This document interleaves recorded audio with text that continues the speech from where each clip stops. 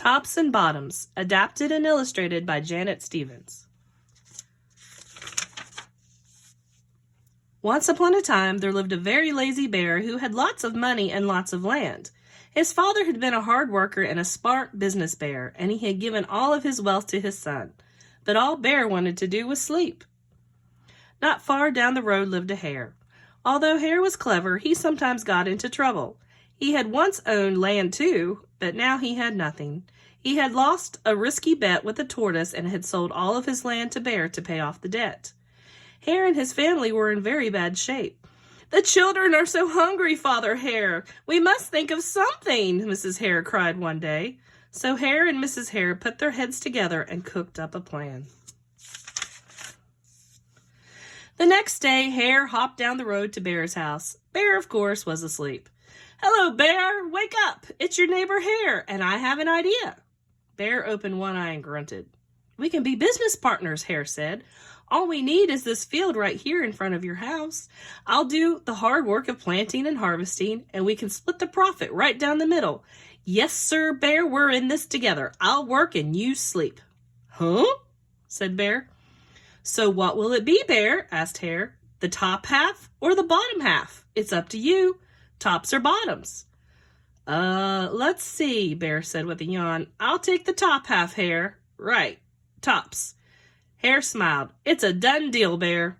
So Bear went back to sleep, and Hare and his family went to work. Hare planted, Mrs. Hare watered, and everyone weeded.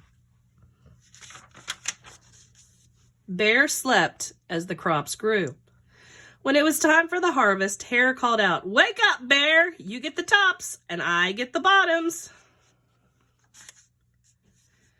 Hare and his family dug up the carrots, the radishes, and the beets. Hare plucked off all the tops, tossed them into a pile for Bear, and pulled the bottoms aside for himself.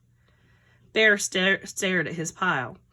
"But Hare, all the best parts are in your half." "You chose the tops, Bear," Hare said. "Now, Hare, you've tricked me. You plant this field again, and this season I want the bottoms." Hare agreed. "It's a done deal, Bear." So Bear went back to sleep, and Hare and his family went to work. They planted, watered, and weeded, and Bear slept as the crops grew. When it was time for the harvest, Hare called out, "Wake up, Bear! You get the bottoms, and I get the tops." Hare and his family gathered up the lettuce, the broccoli, and the celery. Hare pulled off all the bottoms for Bear and put the tops in his own pile. Bear looked at his pile and scowled. "Hare, you have cheated me again." "But Bear," Hare said, "you wanted the bottoms this time." Bear growled, "You plant this field again, Hare. You've tricked me twice, and you owe me one season of both tops and bottoms." "You're right, poor old Bear," sighed Hare. "It's only fair that you get both tops and bottoms this time. It's a done deal, Bear." So Bear went back to sleep, and Hare and his family went to work.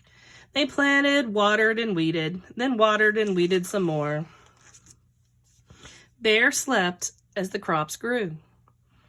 When it was time for the harvest, Hare called out, "Wake up, Bear! This time you get the tops and the bottoms."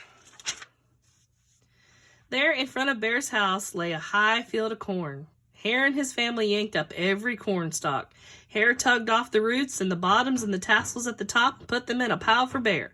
Then he carefully collected the ears of corn in the middle and placed them in his own pile. Bear rubbed his eyes and watched. "See, Bear, you get the tops and the bottoms. I get the middles. Yes, sir, Bear. It's a done deal." By now, Bear was wide awake. "That's it, Hare," he hollered. "From now on, I'll plant my own crops and take the tops, bottoms, and middles." Hare and his family scooped up the corn and hopped down the road towards home.